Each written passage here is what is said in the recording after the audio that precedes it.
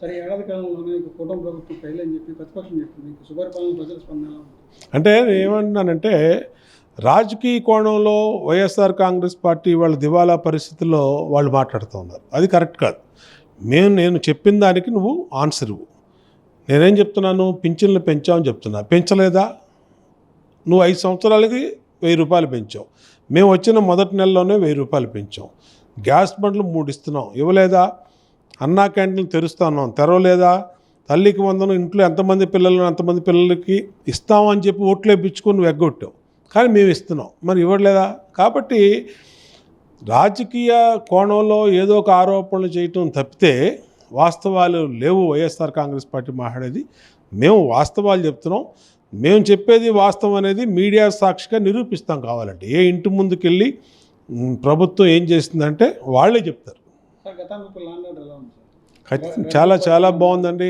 ప్రత్యేకంగా విజయవాడ నగరపాలక ఎన్టీఆర్ జిల్లా కమిషనర్గా మరి ఈయన వచ్చినాక బ్రహ్మాండంగా చేస్తూ ఉన్నారు.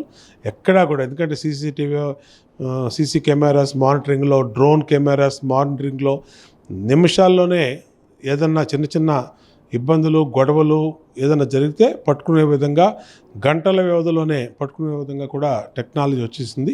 ఆ టెక్నాలజీ మొత్తాన్ని, లేటెస్ట్ టెక్నాలజీని అడాప్ట్ చేసుకుని పోలీసు విభాగం పనిచేస్తుంది. రాజశేఖర్ బాబు గారు బ్రహ్మాండంగా పనిచేస్తారు. అంటే వీళ్ళు ఇవాళ దేనికి కొరగాని పనికిరానటువంటి వ్యక్తులు అయిపోయారు వీళ్ళు. ఎందుకంటే ప్రజలు ఇచ్చిన తీర్పు 11 సీట్లకి దిమ్మ తిరిగిపోయి ఏం మాట్లాడుతున్నారో కూడా తెలియని స్థితిలో ఉనికిని కాపాడుకోవటానికి మేము ఉన్నామని చెప్పి నోటికొచ్చినట్టు మాట్లాడుతున్నారు. దాని మీద కూడా చట్టపరమైనటువంటి చర్యలు ఉంటాయి, చట్టపరమైనటువంటి యాక్షన్ తీసుకుంటాం. ఎప్పుడో ఎన్నికలు మొన్నే కదా, సంవత్సరం కిందటే కదా ఎన్నికలు వచ్చినాయి. నువ్వు అధికారంలో ఉండగానే ఎన్నికలు వచ్చినాయి. మేము అధికారంలో ఉండగా కాదు. నీకు 11 సీట్లు వచ్చినాయి. మరి మళ్ళీ ఎప్పుడు ఎన్నికలు అంటే మళ్ళీ ఎప్పుడు వస్తాయి ఎన్నికలు? మళ్ళీ 5 సంవత్సరాల తర్వాత ఎన్నికలు వస్తాయి.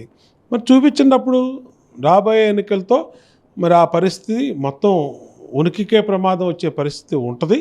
ఖచ్చితంగా మేమేం చెప్తున్నామంటే, మేము ప్రజా పరిపాలన చేస్తూ ఉన్నాం, ప్రజల్ని మెచ్చుకునే విధంగా పరిపాలన చేస్తున్నాం. ప్రజల ఆశీస్సులతో రాబోయే రోజుల్లో కూడా మేమందరం కూడా ప్రజల్లో ఉంటాం.